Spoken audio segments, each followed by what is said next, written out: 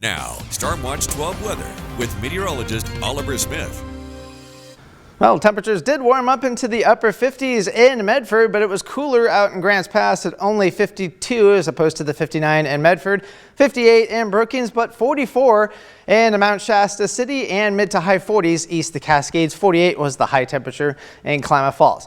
Now, our current satellite and radar composite shows some rain and snow east the Cascades.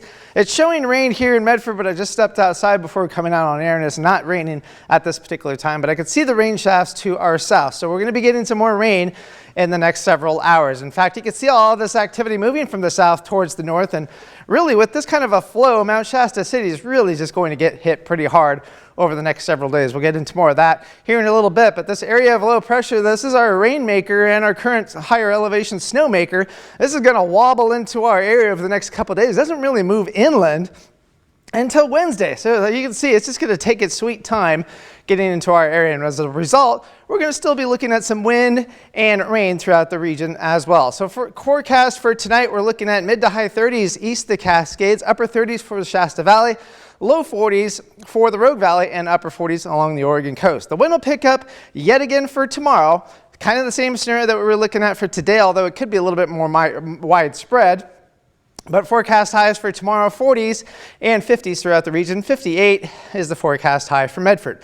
So notice on our stormcast, we're going to have that strong south to north flow. Again, that's going to be very beneficial for Mount Shasta City and areas in and around that particular area because of the big upslope that you're going to get, which kind of allows moisture to just continue to dump in that area. Monday morning, we get a little bit of a break. More activity from the south towards the north as we go throughout the entire day on Monday and into Tuesday morning as well. Snow level kind of comes down to about 4,000, 4,500 feet over the next couple days, but always shoots back up to about 5,500 feet. So it never really stays all that low for very long, but we just continue with the showers for the next several days. And then finally, once we get past Wednesday, things will start to dry out a little bit.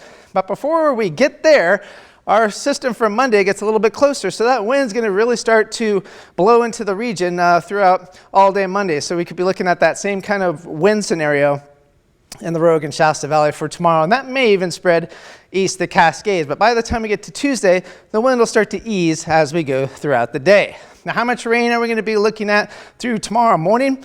Excuse me. Well, the heaviest rain for sure, Mount Shasta City, you could be looking at 1 to 2 inches just tonight alone, about 1/10 of an inch for the rest of the region. And that's what we're going to be looking at for tonight. Now, as we go through Monday and Tuesday and into early on Wednesday, look at that. Mount Shasta City, 5 inches of rain. They're already well above their average so far. So if they actually got there, they'd be kind of getting on par with 1978, which was one of their wettest years. They won't be too far behind on that. So how much snow are we going to be looking at overall? Light amounts of snow for the east passes up and down the Cascades. We could be looking at 1 foot of snow possible for Crater Lake, but we're going to be looking at the heavier snow down towards Siskiyou County because National Weather Service has a winter storm warning through 10 o'clock on Tuesday night above 5,000 feet. In fact, we're going to look at that here in terms of how much snow.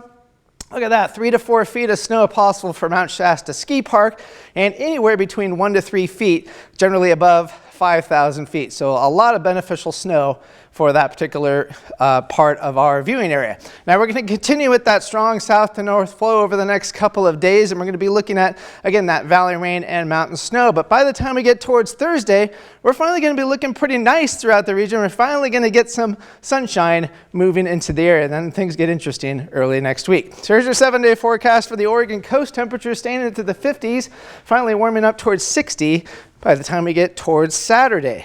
Northern California will stay in that 50 to 55 degree range, but warming up closer to 60 by Saturday, but it really dries out by Wednesday. Klamath Basin will see some rain and snow, but snow levels stay fairly high, though, for the next several days. And for the Cascades, same kind of scenario, rain and snow, but decreases by the time we get to Thursday. And the Rogue Valley will stay wet through Wednesday, dry on Thursday.